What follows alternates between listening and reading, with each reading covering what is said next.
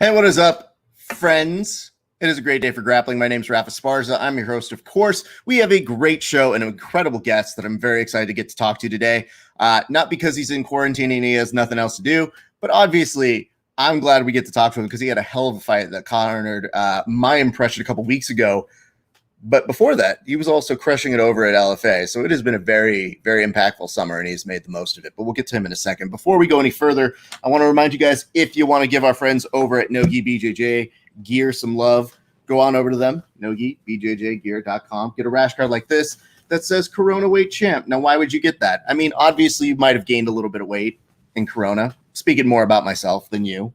And if you use the promotional code Grappling Hour 15, you get 15% off of whatever you put in the cart. And really, right now, good time to challenge people in your gym because not everybody is like super fit at the moment. Anyway, here's what I'm going to tell you guys about this young man is that I watched his fight live. I thought he had an incredible fight with Kelly a couple weeks ago, and man, one of the things that really impressed me was the resolve, his ability to mix in wrestling, solid striking game. But just a couple weeks before, he was impressing over at LFA. And I want to tell you guys a little bit about his story. And I think we're going to ask him questions that will elaborate how this man went from having a fight get canceled at the beginning of summer to slowly but surely finding a way to his destiny of fighting in the UFC. Ladies and gentlemen, welcome to the very first time on the show, one Kai Kamaka. Sir, how you doing, sir? Doing good, doing good. Glad to be home. I just got home on Wednesday. It's been a month, since I see my kids, and then yeah, now I'm stuck in quarantine, so now I get a lot of time with them. Hey, man, that's a great thing. And I want to talk a little bit about that month that you're talking here because that was not by accident. That was a strategy that you did. So, can you explain to people why it was that you decided to stay in Vegas for a month? Yeah, so start off kind of like in June. I get a call. I'm gonna fight in Fury FC. I don't know if you guys heard about that Texas-based promotion. About this guy. I think the guy's like 7-2. I forget the name. But he was 7-0 at one time. Then he's 7-2. So I'm like, yeah, I mean, let's fight him. Let's fight him next. And then from that moment, we're training for like 3 days. But this is in the middle of a pandemic. So which my first fight in March was supposed to be in March for Fury FC. Got canceled like the week of or the day of the fight. That's when everything just started going. Like March 13th, got canceled of the day of the fight. But I didn't make the trip because I didn't make that trip because my opponent pulled out Saturday because he was feeling, or he pulled out. I don't know for what reason. So I didn't make the trip just because, he saved me from traveling all that way. That was his name was Colin Wright, and things maybe it was a good thing he did pull out because it didn't plan out, and fight would have got canceled for both of us that day. So in the heart of the pandemic, you don't know what's gonna happen, and then June comes around. And then my manager offered me tells me about this fight in July 18th for Fury FC again, and then 3 days later the guy pulls out or whatever is happening, and then so we just stay back on it. Still don't know what's gonna happen. Everything's so unclear during this time, and then LFA pops up with their phase one of 4 events, and then from there on, I don't have a fight. I don't have a fight with them until like 4 weeks out. My manager calls me, but then he tells me, hey, why don't you go to Vegas, like Vegas for the month of August? What do you think about that? And then like at this point, I'm like, shoot, I'm willing to do anything. And then so I talk about it with my wife, and then but we're still kind of skeptical. I got 2 kids. My wife is pregnant, and I'll leave for we don't know how long. Um, and then from there, kind of talking it over. The only thing comforting about it is that my grandma lives in Vegas, so I'd have a place to stay. So and then I got a bunch of places to train. So that wasn't the part of it. It was the hardest part was just leaving. And then about 2 days, I kind of talked it over with my cousin and my uncle. And we we make the plan. Yeah, we're gonna go. We're gonna go for sure. And then my manager wants me to leave July 25th. He wants me to be there like a month or like a week before that first event, which is August 31st. And then so yeah, okay, we're gonna book the flights. And then like a couple of days later, I'd say maybe even a day later, he calls me and says, "Hey, but we got this flight July 31st in Sioux Falls, South Dakota." And then I get this guy 4-0. I just said I didn't even know the guy's name. Then I say I'm about to turn in my house, and or like about a block away. I was like, yeah, I'll take the fight. He goes, okay, I'll send you the info. I didn't even tell. I didn't even know the guy's name, because that at this point it doesn't matter already. You know, I expect to be in the UFC. I expect to have a job soon. That I gotta fight anybody. So yeah, so I tell him yeah, and then from there, when you accept the fight and you say yes, you feel like you have a fight. But then from there, it's not. You don't know if you have a fight. So I tell him yes, and then like I think a whole day goes through. A whole day goes through. No contract yet. I find out the guy's name though, Michael Staff. And I'm like, oh, we don't have a fight, or we don't have a fight, no contract yet. He goes, we're still waiting on LFA, and then like the rest of the day goes through, and then I ask him again, and um then he goes, oh, let me call him again, let me bug him again, and then from there they tell me that, oh, he was waiting on some other guy to see if he was gonna accept, blah blah, but then he happens to accept the fight, and then so I go up, so my plan is, yeah, I'm gonna beat this guy, gonna stop in Las Vegas, and then that's it. It's the same thing, same deal. Um, Wait, go inside. Sorry, my kids are just You're my kids, perfect. they want to play. Go inside, mom. I mean, we're getting an idea as to why they might have missed you, because you were Yeah, gone for a little bit. So I'm pretty sure they're like, why is Daddy talking to this dude? Like, yeah. So yeah, so back on it. I take the fight. Then the plan is still the same. I jumped the line because I'm gonna pay for my own way. I'm pretty sure LFA won't pay for the commute to go to from here to Sioux Falls. So I'm gonna pay for my way. We pitched that, I was already gonna be in Vegas. He'll just fly from there. But really, I was coming from Hawaii. I just wanted to fight. I needed to fight. And then yeah, and then boom, I get the win. And then I go back to I go back to Vegas the very next day, and then I'm kind of waiting around. And then from there, on Wednesday, my manager calls me again, Brian Butler. I keep saying my manager, but yeah, my manager Brian Butler calls me again that he wants me. He calls me for the UFC, but I'm not fighting in the UFC yet. He calls me to corner Joaquin Buckley, um, which I'm like, I was like, oh, okay, yeah, I'll do it. I mean, but I'm actually headed to train, with I don't know if you know, I mean, you guys probably know he's freaking one of the best grapplers in the world right now. Um, Canuto, last name. oh my God, Roberto Canuto or No, Hanuto no, Canuto? Renato. Yeah, Renato. Yeah. Sorry, I Um, always um, I always give him shit because, first of all, I can only imagine what that training session is like, because Canuto is a friend of the podcast and I've trained with him, and that dude is monstrous. He is great, great movement, and putting that with your wrestling, like, I don't want to be in that room. Get out, both of you guys. yeah. So Renato Canuto. I'm actually close with his wife, Raquel Mhm. Paaluhi. Nice. We grew up together. We still like we were babies in the gym together. Yeah, so we have that relationship. So I go there to train with them too, the Venom Fight Camp. Um, but I only get like three rounds in, because I gotta go to the UFC to corner this. I gotta corner. So yeah, so I go corner, and the whole time in the hotel, I'm like doing like jump rope, shadow boxing, because you can't leave the hotel for the most part. Right. So I have my own room, just doing like hotel workouts, trying to do as much as I can, just keep my weight low, because I feel like I might fight Tuesday, or I might fight Saturday. And then yeah, so I help Joaquin through the whole week, and then I get out Sunday. I kind of hit it hard with like with like some circuit training just to kind of break the lungs in the Vegas air because I haven't really worked out outside or got used to the air. And then Tuesday comes around. Monday we kind of do the same thing again. Oh, I actually roll with Raquel.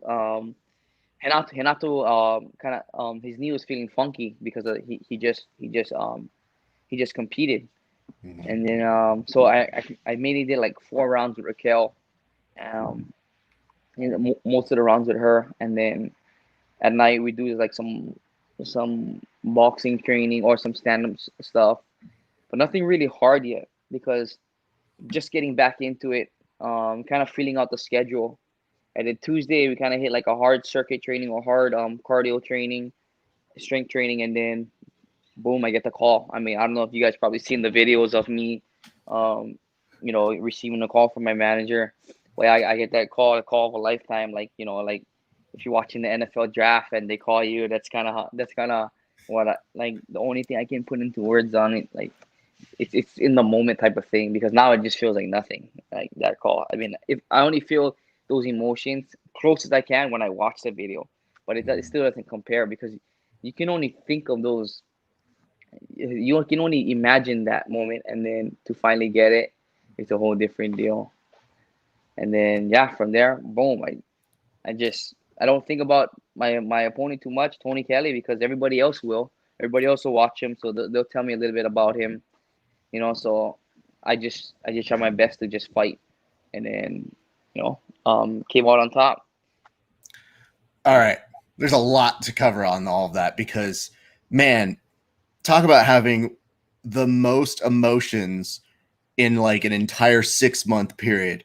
You go from having at the very beginning of a pandemic an entire fight get canceled. So I want to go right back to that and ask what was going through your mind when you realized, like, hey, man, all that work that you were putting in for a camp, it might not come to fruition, especially with that guy looking like he's not going to make it or some health may complicate it. Yeah, you're talking about the March Yep. event that I was.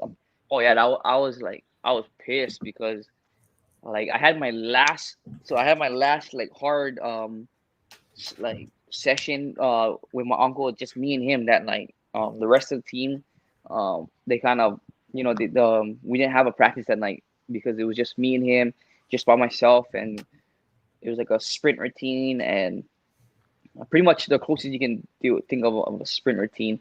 And then that was it. It was like a Friday night, and then I fight on the next Friday, so we're kind of like 1 week out. So boom, the hard work is like officially done. Like there's no hard work to be put in. Everything is like smooth sailing from there. Um, and then Saturday morning, I'm going like on like an hour treadmill, just jog, just to keep the weight low. And then my manager FaceTimes me while I'm on the treadmill, and then he tells me about it. The guy Colin Wright is hurt or whatever, or he's sick, so he won't be able to fight. Um, and then he sends me like screenshots of of his texts and the medical notes. I'm like, ah, shoot, whatever. They're still gonna try and find me an opponent. So I'm like, okay, I'm still but it's still like, like there's just highs and lows of like if you have they tell you have a fight and they tell you you don't have a fight. That's just two different emotions. And you're like, they tell you you have a fight, okay, let's go. They tell you you don't have a fight, okay, let's grab a beer. You know what I mean?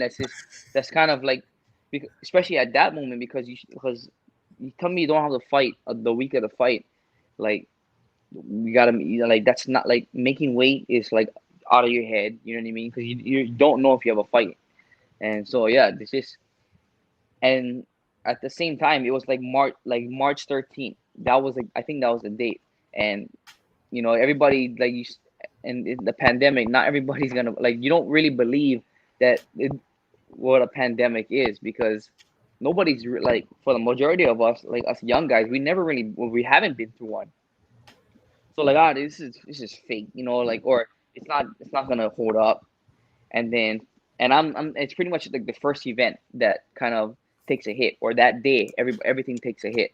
So you're like, ah, crap, and then boom, everybody just starts reality, like as weeks go by, reality starts kicking in. UFC starts getting turned down, that Ferguson fight, Ferguson Khabib. So yeah, that one was like real heartbreaking because like it was literally like last hard workout and I'm healthy. I just fought in Bellator, so I just feel like, okay, let's keep it rolling. I don't have any injuries, and then that one takes a hit, and then boom, everything just kind of slows down. Oh man, I can only imagine what it's like to be on fight week and have that happen. I actually had to text a couple of my friends. There's a local promotion out here in California, and I said, "Hey, don't go to weigh-ins, dude. They literally just called all of California." And I hated having to text him, but I was like, "I don't want you to even ruin anything. Just they're about to text you, dude." I just saw it break on all of our events that like said every combat sport in California was mwah. So I just knew for that guy coaching his fighter, I said, bro, just do what you need to do. Like, start working on making sure your fighter's okay from the jump off of, you don't mean I have a fight anymore kind of a reaction. So what happens the next 2 weeks? Do you still continue to train, or like what happens once they do release that there's a pandemic? Does that affect your training at all? A little bit, because nothing, or not really, not not so much, because as far as like my hard training, it kind of like, as far as every workout kind of just tapered down. But I'm doing every workout because my cousin, he still has to fight, or he still thinks he's gonna fight in May, for the PFL. So we're still kind of in camp, and it's only like 2 months, like 8 weeks away from that date. So we're still kind of training hard. I'm the type of guy, like, if somebody's in camp, like, I'm gonna try and act like I'm in camp, because in this game, like, you got to be ready to fight at any time, just because you don't know what's gonna happen. I mean, somebody could pull out or whatnot. So And that is truly one of the most difficult aspects of what you guys do. Is sure, there might be a pandemic, but when especially the UFC is talking about putting on events, then you figure other organizations want to follow suit. So it's just a matter of staying ready for an undisclosed or uncertain amount of time. So yeah, then, my manager actually called me for that one fight, for the UFC. I think that one was gonna be on that in their reservation. I guess when they sent on like an email if they have anybody to make weight, like this week, you know, and that was the one, like, or that was one of them. They're like, oh yeah, if you can you make weight this week, and yeah, I can make weight this week for the UFC. Hell yeah, I'm gonna make weight. I think it was in March or April, maybe that one was. mhm. Um, Yep. and then yeah. Dude, what a roller coaster. So obviously, once you get a target back on, you mentioned how that falls through. You do fight at LFA, and that caught my attention as well because I was looking at that fight and I was just impressed with the way that you carried yourself. So when they did mention that you were getting the call up at the UFC, I said, I'm not surprised here, honestly. Like, just the way that you fight seemed like the perfect kind of mix of things. Then talk about stealing the show over a couple weeks ago. Like, do you get the sense that that was as epic of a fight as people thought it was? Honestly, I don't know, because I don't really like to.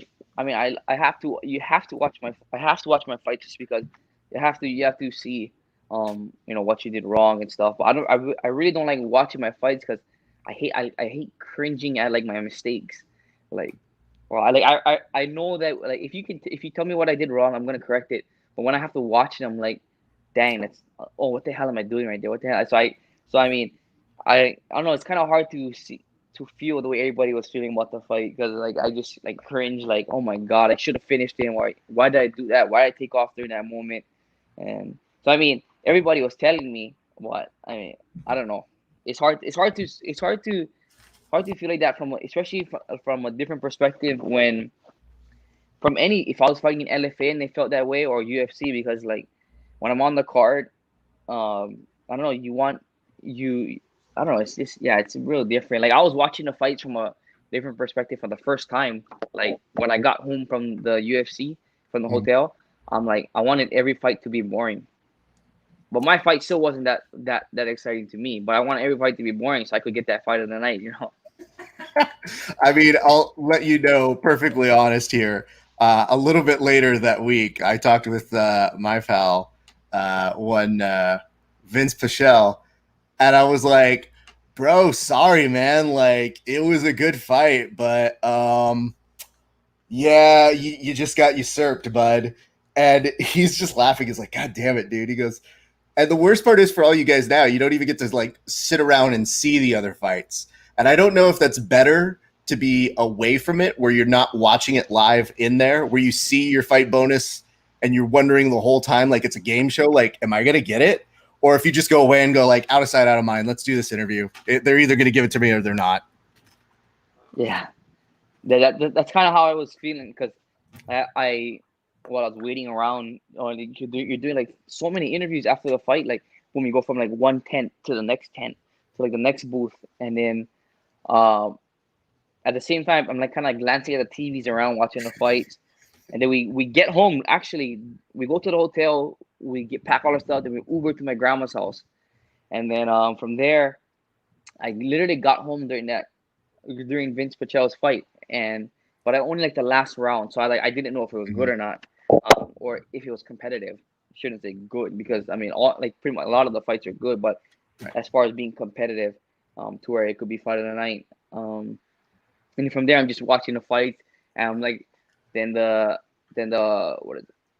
The Chito Vera fight comes around, and then it just flopped. So I'm like, yes, and then the main event comes on, and I was like, it's a good fight, but Stipe, it looked a little bit one-sided towards Stipe's way. So I'm like, I don't know, maybe I think I got it, but who am I? I'm just like the guy making his debut. That's how I'm thinking. They're not gonna give it to me. I'm just a guy making his debut on 1 week's notice, and then that's just what I'm telling myself, to be a little bit more like less hopeful, So and then my manager actually texted me like, so we're waiting for the live stream to start, of for Dana White to start speaking, and then my manager texted me, boom, and then I kind of, and then from that moment or he told me first, but you still don't believe him, I gotta hear the guy say it. And then he said it like 1 minute after, and I felt like that was pretty surreal. Bro, I I can't even imagine what that is, because that becomes a subjective kind of interpretation of something. So many of sports, the best part about sports is there's a winner and a loser, and there's usually something you can point at called a scoreboard. If you already like have done your job and go, I can't do anymore, it's out of my hands, I'm sure that's a little bit nerve-wracking, but I hope that you do understand part of what made that so epic and so fun to watch as a spectator is you weren't complacent at any point during the fight. When I saw you throwing hands, it wasn't until I saw him start to leverage a little bit of his leg and you said, all right, I'm going to take this and start implementing my wrestling. Once you were on top, you were relentless with your pressure. So to me, we watch these things live, and we do like fight companions on them. And I'm pretty sure during it, I'm sitting there just being like, I'm tired, bro. Like, just watching that, I know that pace. I know what that feels like in the room. I can only imagine what that feels like in an actual fight. So compliments to you. I think as much as I understand the element of being a perfectionist, I think that maturity and growth should allow you to just say like, hey man, people gave me a fight of the night bonus. It is a nice recognition from your community, from the people who run the business, and also from your peers who have respect for that. So talk about making the most from getting a fight canceled on March 13th, right as the pandemic is starting to become a thing that we have to deal with, to having the fight, get canceled again, staying consistent, putting on a very solid performance at LFA, and getting your due over at UFC 252. Now, I think the thing I have to ask here is, in the post presser, you were talking about how you've known Sean since you were a kid. So the UFC matchmaker has been on your hit list. Like, what degrees were you willing to go to? Like, were you gonna like send him a note and be like, hey bro, put me on? Were you gonna stalk him? Because you were basically saying in that press conference it was gonna happen, it was just a matter of time. Yeah, I mean, I think me knowing him made it a little harder, because like you don't want to be giving it, and I'm glad it happened the way it happened. But yeah, I was at that time, like I knew I was good enough, but my record didn't show, because like I fought injured and all that. That's my fault, because just being hard head from like college wrestling and stuff, and you tear your shoulders and you just try to fight. You think like you need to fight, and you get that mindset out, like when you need to fight. Then it kind of, I mean, I still feel like, yeah, I need to fight, but then I'm not doing it because like I'm healthy now. I'm doing it for the right reasons, and just that young athletic that athlete that like just wants to do everything hurt and whatnot just to kind of just to grind it out. That mindset is kind of out now. I mean, that only lasts so long. I mean, you need that mentality, but um, at a certain level, you have to it has to change. And that time in my career, I thought like, oh, like when I was 2-2, I'm like, man, I'm never gonna get there. One more loss could hurt me. And then what it took me actually getting surgery and then fully healing. I actually had to have another surgery on my other shoulder after that too. So yeah, um, yeah, I just like I mean I was being very persistent, one win at a time, and I didn't know how long it was gonna take me, and I just stuck to it. Can you tell me if there was any interaction at all with Sean after the fact? So after you have this amazing debut in the UFC, did he say anything to you about the fight? Because you mentioned, like you said, he knew you, he'd seen your work before, and that was an impressive ability that you put on that night. So did you get feedback from him on it? Um, I actually a little bit. He kind of texted. He texted my manager. My manager was saying we were like talking through my manager, and he told me to make sure I save my money. And then, but like, and then we thanked him for giving us the opportunity, and then he said, well, that was all my work. So that's pretty much all he said.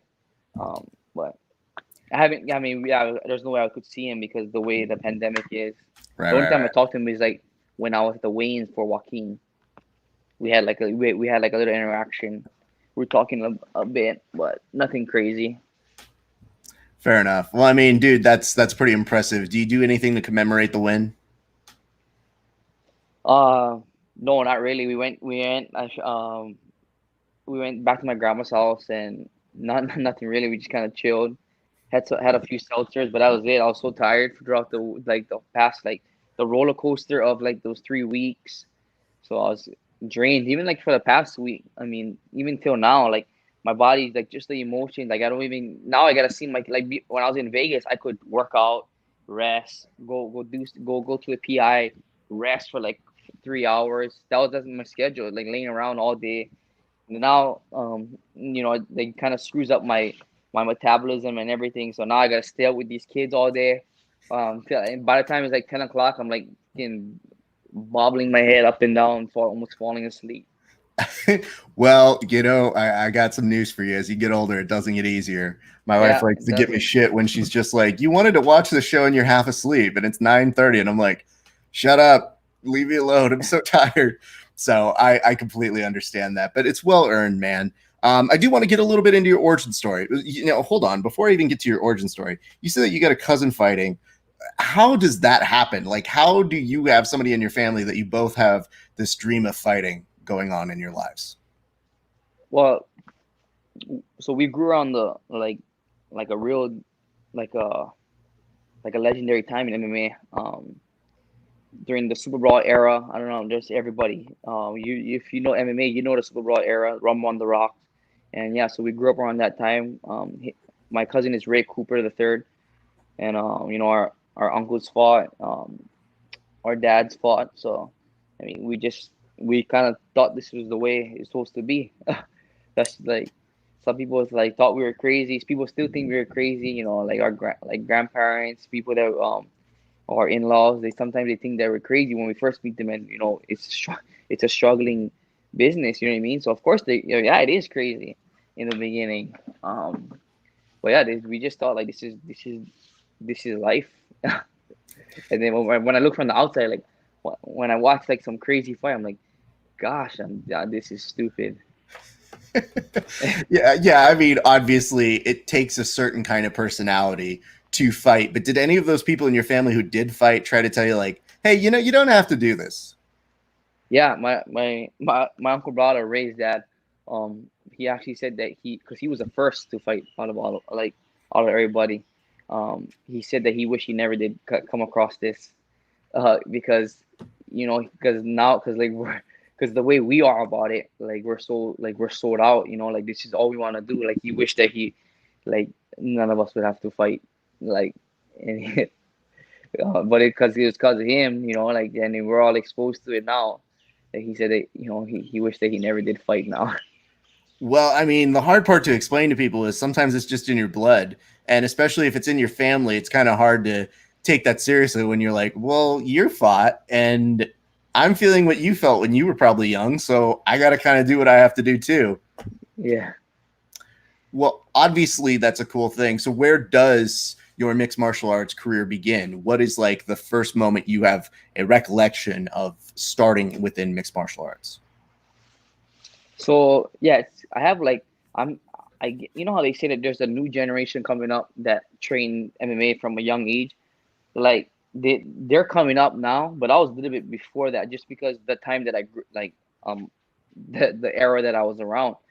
So I trained a little bit of everything. I got I would say my first art was wrestling, um, and then but at the same time I was doing grappling because when I go to the gym and everybody all the adults are grappling, me and my brother are rolling on the side, um, and we're just rolling. That's how we learned like a lot of just like a lot in general, just mimicking whatever all the adults are doing, and um, then I started kickboxing, boxing, but then yeah, and then for a time I was only doing stock wrestling. I was only doing grappling tournaments. Um, just no gi. I rarely did gi. I think I only competed once in gi. Then then I started like stop. I didn't do any grappling tournaments. I just did like kickboxing fights and then boxing fights. And then once I hit like middle school, everything was just pretty much wrestling. And then during the off time, I did some kickboxing fights, but then my life like revolved around wrestling. I traveled to wrestling camps, to California, to the other places of the country for wrestling camps. Um, and then I wrestled in college. So that's yeah, it's kind of a weird way. Like I just really literally had an MMA life. Well, with that being said, tell me a little bit about what I need to know about this kid, because this seems to be one of the earliest photos I can find of you as a wrestler. So what is the like secret sauce? Like what is the secret of this young man's success as a wrestler here? Yeah, so that's my state championship match. It's weird because a lot of my wrestling success because is from my grappling. Um, I like to leg ride, crossface, leg ride, um, and yeah, a lot. So I contribute the way I wrestle to my grappling style, and then my grappling style to because of the way I wrestle. So it's a weird journey. I mean, not a weird journey, but just a little bit different, and everything complements itself. Just the way I was brought up. Like I was never sold out in like one specific martial art. But I mean, if you have, like, I guess if I have to name a base, it would be like just grappling, because grappling isn't just jujitsu. Grappling isn't just wrestling. Grappling is pretty much everything. Well, I guess the reason I partially asked that is yesterday, I do my research bin for everybody that I interview. And yesterday you handed me a gift because you were watching what I was watching. Yesterday was the debut of Chael Sonnen's Wrestling Underground, and I saw you put up a couple clips of that. What'd you think of it, man? Uh, I loved it. I mean, I think now those guys will get a feel like of those wrestlers will get a feel of how hard like wrestling in for MMA is. I mean, probably would like if they wore like just like Valley Tudo shorts or just tights, they would have a little bit better feel, because wrestling in MMA is really hard. I mean, like it's kind of like completely different, because once everything like the sweat sets in and the use of the wall, everything's a bit harder. But maybe at the same time, it make them wanna maybe transition to MMA. You know, I so mean, there were less than maybe 5 times that I counted where they'd look at the cage and be like, what, like, what? Like, especially when they get to the edge of it, they're like, this isn't normal. So I think yeah, it took a I've seen slight like second. Joey McKenna. He like stopped when he fell right by the cage.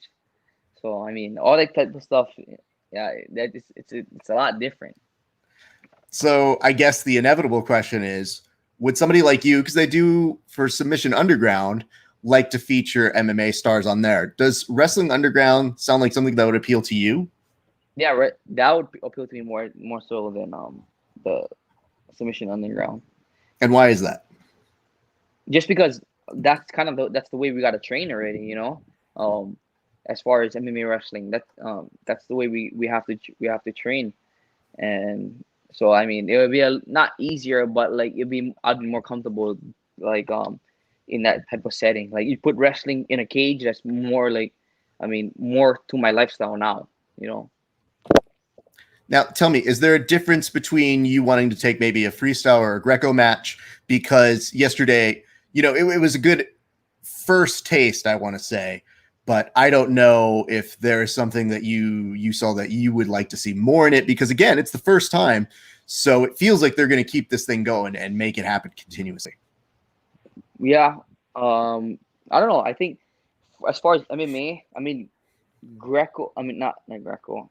Folk style would for me, for my style, would be the hardest one to do in the cage, because I mean in MMA you want to hold people down, right, and and punch and damage.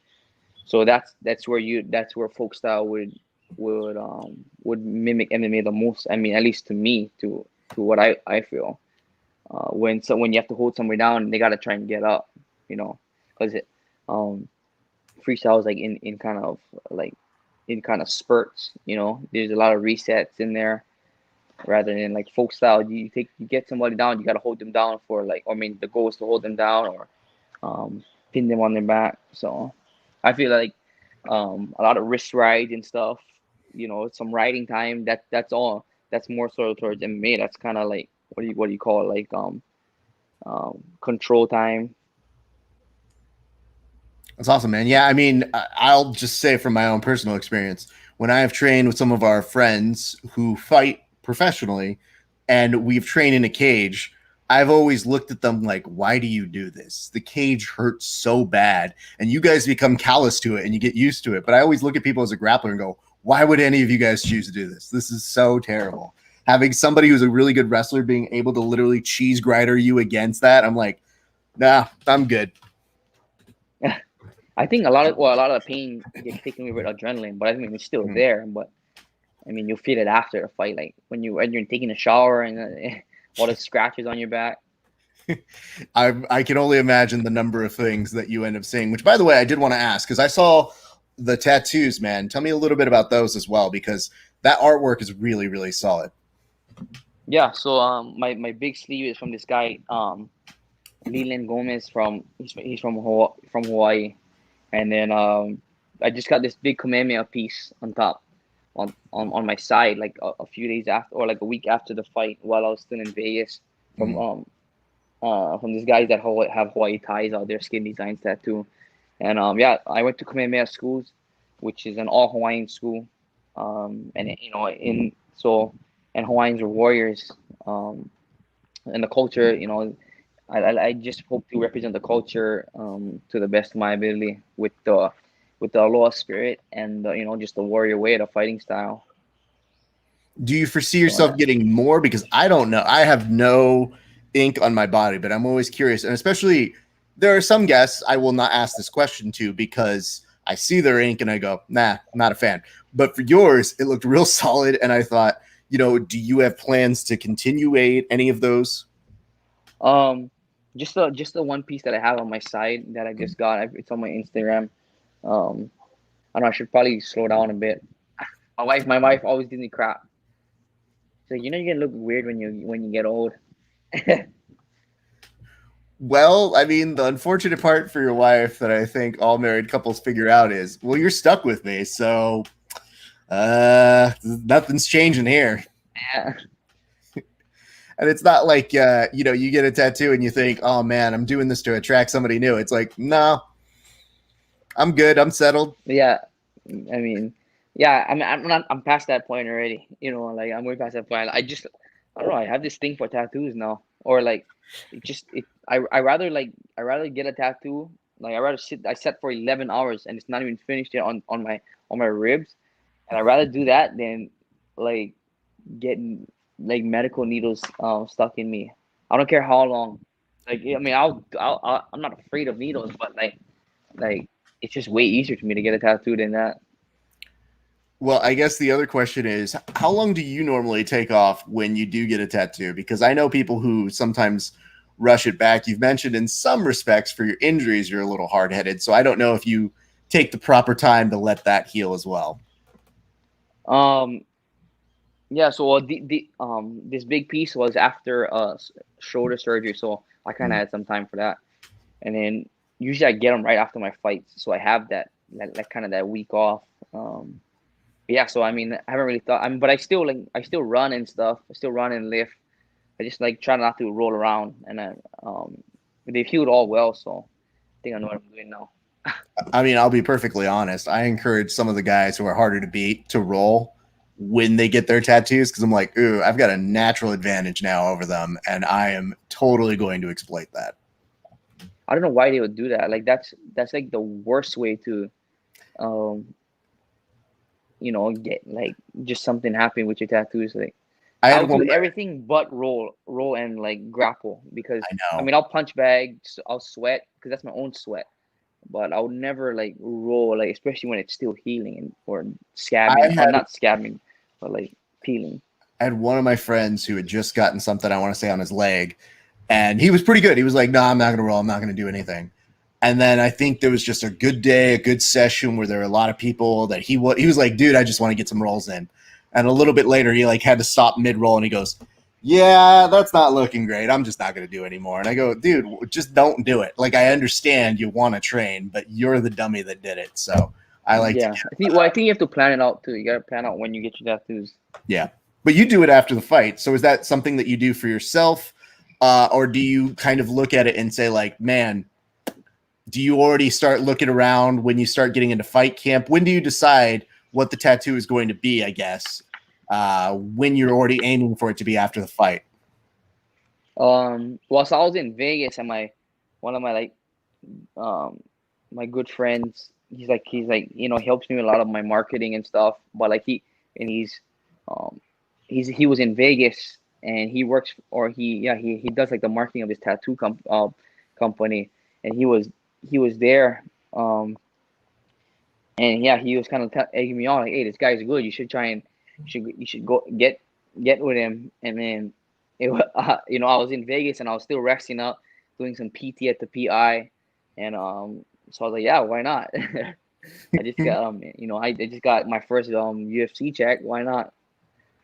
And then yeah, so that's how that happened. And then I had this vision in my head of what I wanted for a while, and then but I couldn't put it to words, and the artist like brought it to life, so it was easy. That's pretty dope. I want to bring this up as we start to circle a little bit toward the end here. I thought this shirt that you had for the LFA walkout was pretty dope. Who did that? Where'd you get that done, man?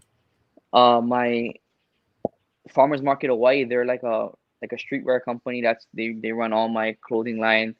And yeah, to one of the designers, Derek, we came up with this design right, like I think like a few weeks prior to the fight, and we rolled with it. We gave like our Street Fighter look to it, and I liked it. My logo's in the back, but you can't see it.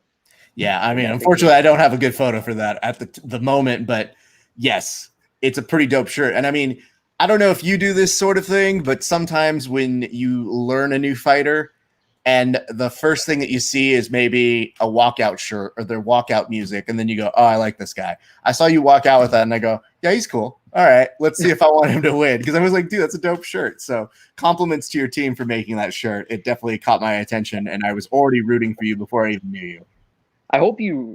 Did you see the Street Fighter look once you seen it? I did, yes. Okay. Because some people were telling me like some weird stuff, like or like they couldn't see it, or yeah, they couldn't see it. I was like, what?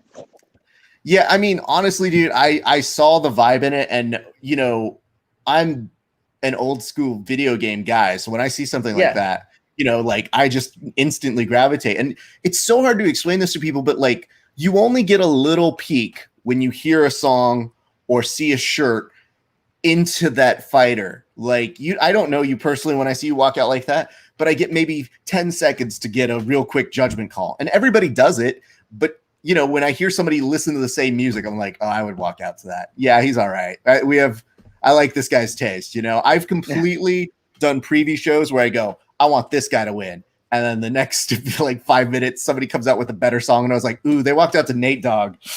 Oh man, I don't know either of these guys. So I have to go with Nate Dogg here, bro. I don't know what to do on that. I just knew from you, I got a sense and a vibe. And I mean, you give off a very Hawaiian vibe clearly. And I think you represent very well. And I've been fortunate to know a lot of Hawaiian people and fighters in my experience. I love seeing Hawaii. I love visiting there. But to me, I was just like, you just had a certain style that made me say, not only is your fight worth it, but there's something about you that I was like, I at least want to kind of do an interview to kind of get to know you, because you do look like you're on a nice upward trajectory in the UFC. And I think you've put together a nice resume. So it's always important to me that even though you get bombarded with interview requests, that people who do good work get a moment to really talk about it, because it's a really dope thing. It's one of the hardest sports in the world. And I think that's just something to always kind of take a moment and appreciate, especially for people who are perfectionists, because I watch tape of myself doing interviews, and so often I'm like, I could have asked that better or done that. But you have to do it if you're a professional. Like, that is your craft. Yeah. And for you to watch your fights, it sucks, man, to sit there and think like, oh, I've got a better takedown than that, or I've got a better, combo that I usually hit off of this. Yeah, but in the moment, pissed off about like him getting up so easy. I'm like, oh my god. I mean, yeah, he got up easy, but in that third round, things changed a little bit. So, yeah. I mean, it wasn't quite as easy and gingerly to get back up up front. I just always look to see where the pressure is and how you're able to apply it. And, in between rounds, I look to see like how much spring is in this guy's step too. And you looked like, you could go for a bit. So I was like, all right, good for him.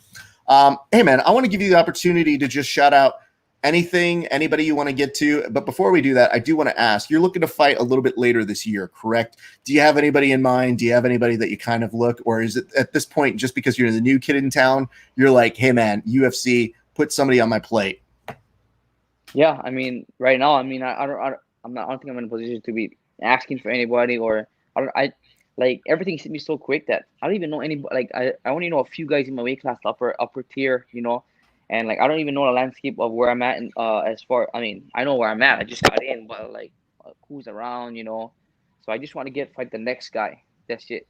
I mean, as far as right now, give me a few fights, then maybe I can then I'll maybe jot down some names. But just give me the next guy, and that's it. I kind of want to fight anytime my wife's about to give birth in like early October, and anytime after that, the week after, a couple weeks after, because I'll be training, I'll be getting ready. I mean, late October, early November. I just wanna fight the next guy, and I'm healthy, so why not? Well, congratulations on the impeding success. I am wishing you well things for you and the wife, obviously, but I love the idea of being like, baby's here. Just give me a week. I'll show up there. I'd be like, no, baby's I'm like dead serious. Like that, because I was pushing it with being gone like for so long. So I mean, I got called like I don't even know the date, like August 11th to fight for the UFC. But like nobody knows that I was planning on being there till like late September, because I didn't want to go home without a job. Like I was already sacrificing this much that my wife was telling, like maybe that day or the night before, she was already telling me like maybe you should just stay to as long as you can, late September until like right about to give birth, as because you don't know when you're gonna get called. You don't know. The game is weird. Just so happened I got called sooner than later, and now I can be home, and I'm much more secure, to be home for the birth. So, yeah, that was the main thing. I mean, and then now I can kind of relax and breathe, and now we can at least plan some things out, have some things ready before she gives birth. So, well, I know you talk about being a warrior and representing a warrior tribe, but like respect to your wife as well. That's as warrior as it gets for her to be like, listen, you go do your thing. I got the baby, but you need to focus on doing your dream. So you are truly a lucky human being, man. Because I mean, she like I even right before LFA, like probably like the week before I left, like she quit her job because I was like, man, I'm like she believes in me. You know, she's sold out, and she's seen me. Like I've been with her since ninth grade, so I mean, she's seen everything. Like she's seen me traveling for wrestling tournaments. She's seen everything, and I mean, she believes in my work. She believes in like the effort that I put in. So I'm glad it's paying off. You know, I just gotta now. It's just every fight, every fight from here on out. I just just gotta pick it up. Well, it means you got to get another fight bonus. So after this pandemic, you guys can take a nice vacation somewhere. You know, a nice parents weekend out. It feels weird. Like you feel like entitled for like to get the bonus. Like it's got like I'm on the list. Like when you're on the card, like, oh yeah, you gotta watch out because this guy's on here. He might get the fight night bonus. I just feel like I'm on that list now. Hey, bro. You know what? I mean, when we usually pick who could potentially get fight of the night bonuses, we usually look for those names of those established stars. So yeah, that's what I mean. When you do show up and on your first at bat with the UFC, you get on that fight card. Yeah, maybe it's a little bit more to put on, but to me, it's always been a badge of honor that says, "Hey, man, look at this guy fight. Like, keep your eyes on him." To me, it might sound a little bit of pressure, sure, but to me, it's always like a little bit of an insurance policy of, "Hey, man, I'm not going to pretend like this was a good fight when it's not. If I see you on a card, I'm going to be like, all right, let's see what he's got on this one." So either way, it's good stuff. That's kind of how I feel. Like, not because I have to go out and fight now because I got the fight night bonus. Like, I just feel like, no, it's like I'm this mine. Like, I'm able to get it now. Or that's how I feel. Like it's my bonus to give up, or any bonus. But like it's that's just how I feel now. Like, I gotta get the bonus. Good for you, man. I love hearing that. So I wanted to give you the opportunity to shout out your sponsors. Shout out anybody you want to go ahead and give some credit to help get you to where you needed to be the past 6 months, because it has been an incredible roller coaster for you, and I'm super stoked that you were able to come through on the other side of it. So feel free to go ahead and shout out whoever you want, man. Yeah, I just like to give a shout out to my wife. She's my backbone. She stuck with me the whole way, and she still is. And just my team, my team, my family, my small team, everybody that's been there from the beginning, and then my sponsors, Restaurant 604, Farmers Market Hawaii, my manager Brian Butler, for laying out the blueprint, laying out the guidelines. There's really no real blueprint or real guidelines on how to get there, but every case is different, and being from White's a little bit different, and I just gotta thank him for leading the way, doing what he's supposed to do, and I just did my part, and we got there. So I mean, thank everybody, thank Dana White, Sean Shelby for giving me the opportunity. So yeah, can't wait to compete again. Well, I can tell you, we can't wait for you to get back in there. So here's what I'm going to do. I'm going to close this up. Stick around. I'll talk to you off air in just a second. But my thanks to, one of the most exciting fighters we've seen a little bit come through. Kai Kamaka. I'll see you off air in just a moment. But let's close this thing up. All right. Just want to remind you guys, we've got shows every day this week, tentatively planned for 1 p.m. Best Coast time all the way through. I want to remind you guys, if you get the opportunity, go give our friends over at Noki BJJ Gear a little bit of love, because check this out. Get this rash guard. It is the hashtag Corona Weight Champ, because right now I just think we could all stand to, challenge our friends in the rooms, because I'm not saying we all gained weight. I'm just saying, some people's top pressure feels a little bit heavier right now. So just embrace it, maybe buy a size up just for the next few months and work it off. It's good incentive. Like I mentioned, we've got interviews all week. Tomorrow, I believe we're talking with Critton Rosenzweig straight off his catch wrestling win. Then on Wednesday, we talk with Chase Davis, who won over at Submission Underground over the weekend. And then also we talk with our good friend Keith Krikorian on Thursday. That's going to do it for us here today. My name is Rafa Esparza. Thank you so much for watching. It's been a great day for grappling. We'll see you back on the mats eventually.